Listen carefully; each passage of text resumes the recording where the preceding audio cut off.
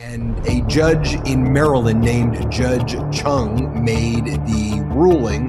The judge doubted the protections for high-ranking government officials, consistent with the approach taken by certain other circuits that depositions of high-ranking government officials should be restricted absent extraordinary circumstances, regardless of whether they seek testimony on mental processes. The court still finds that the protective order is not warranted at the outset. Did a Maryland judge just crack the shield Elon Musk was hiding behind and make Trump sweat? Judge Chung said the so-called Apex protections don't apply here, and with no paperwork explaining why USAID's HQ and website were shut down, the court wants answers straight from Musk. Stick around as we break down the Apex Doctrine in plain English, why the missing documents matter more than any tweet, and how this under-oath moment could trigger real accountability. If you've wondered whether titles like Head of Government Efficiency mean immunity, you're about to find out the legal answer. Minus the bronzer. If a president calls you a government head, does that make you lawsuit-proof? Not today, Elon. Here's the Apex Doctrine in plain English. Courts try to protect the true top dogs, think cabinet secretaries, from getting dragged into every lawsuit like free entertainment. But that shield only works when they don't have unique, necessary information. If someone lower down can answer the same questions, the big boss can skip the hot seat. If not, the robe says, take a seat and tell us what you know. It's not royal immunity. It's more like a do you really need them test. Musk's team tried to squeeze under that umbrella by waving around the Head of Government Efficiency label tied to Doge. Fun title, thin armor. A label isn't a force field. Courts look for actual authority, actual decisions, and actual knowledge. If the fancy name is just a press stunt, it gets the same weight as a world's best boss mug, cute on a desk, useless in court. Think how this works when it's legit. A Senate-confirmed secretary might avoid a deposition if staffers can explain the policy steps, the memos, and the timeline. But senior aides who actually handle the details, they end up talking because they have the only answers. Courts don't want fishing trips, they want fish. If the only fish is swimming at the top, that net goes up, not down. Federal cases push two big questions. First, does this person have first-hand, unique info you can't get from anyone else? Not rumors, not summaries, the real thing. Second, have you tried everything else first? Emails, memos, lower-level witnesses, and come up short? If the answer to both is yes, the Apex door opens. Judges are not moved by VIP vibes. They want proof of necessity, not celebrity. Here's a clean contrast. A photo op title is the ribbon-cutting stuff.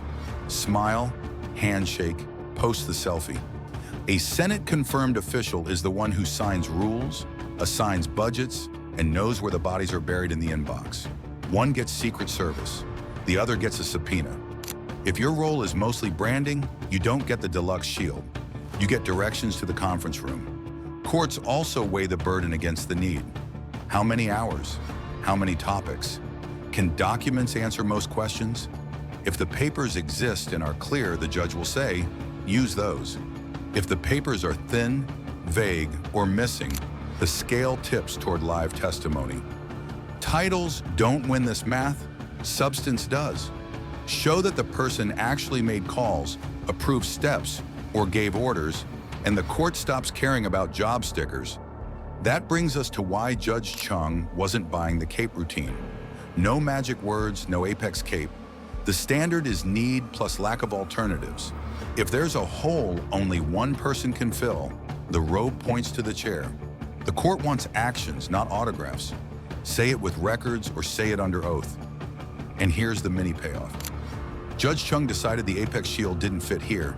The court viewed the title as window dressing without the goods to back it up. If the path to the truth goes through Musk, then Musk walks down that path, sits, and answers. That's the rule even when the person owns rockets, cars, and a social platform with too many blue checks chasing clout. Now we get to the twist that makes this stick. The court didn't just swat away the title, it asked where the paperwork lives. And when the files don't show up, that's when the calendar invite shows up. So let's talk about why missing paperwork about USAID turned a legal theory into a court-ordered chair with a microphone. If the files are missing, the witness isn't. Ask any judge. Here's the core fight. The court wanted straight answers about actions tied to Doge and Elon Musk around the shutdown or disruption of USAID's headquarters and its website. Not rumors, not a vibes check. Actual reasons, timelines, and who pushed which button. The judge asked for documents that explain the why and the how. Policies, comms, authorizations, incident logs. Basic stuff you expect when a government function blinks off. What came back didn't fill the hole. And when the record is thin, the court starts looking for the one thing that can't be redacted. A human being with first-hand knowledge. That's the black hole problem. No adequate records, no clean chain of command, no mid-level person who could step in and swear to the details under oath. You can't map the decision tree if every branch is check notes and the notes are blank. At that point, the court is done with titles and press blurbs. Someone has to walk in, raise a hand, and explain. If nobody else can credibly do it, the person at the center gets the invite with their name in bold. Think of it like a restaurant with no health logs, no kitchen cameras, and the chef saying, "Trust me." The inspector doesn't star rate the vibes.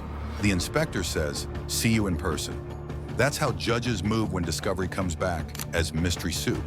They aren't punishing fame, they're fixing a record that won't stand on its own. If you want deference, bring receipts.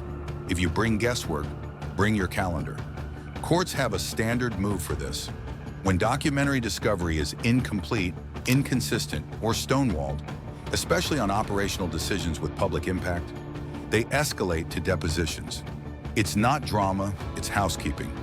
A shutdown of a federal agency's HQ or website is not a clerical hiccup. It's supposed to leave footprints. Logs, emails, approvals. If those aren't there, the next step is live sworn testimony from the people who actually know the path. We've seen the same pattern in big tech fights. Usually emails and memos decide who sits down. If the paper trail is solid, lawyers can trace the calls without hauling in the CEO. But when docs vanish, bodies show up. Courts pull in the folks with first-hand knowledge because oral testimony becomes the only reliable source left. You can't cross-examine a blank page. Discovery rules are simple on this point. Parties must produce responsive documents. If they don't, and a high-level figure has unique knowledge that can't be had elsewhere, a deposition is fair game. The missing or thin USAID record flipped that switch. The court wasn't going to accept a shrug where there should have been a checklist. That gap made testimony not just useful, but necessary. Then there's the burden versus need balance. The judge weighed the cost of deposing top figures against the stakes of a USAID disruption. This isn't a vanity site going down.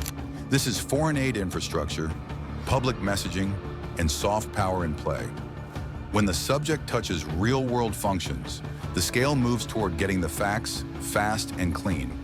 A short, targeted deposition can be less burdensome than weeks of guesswork. So here's the call. Without a satisfactory paper trail, Judge Chung ordered Elon Musk and key Doge figures to testify. If you don't bring the receipts, you bring yourself. That's not personal. That's procedure.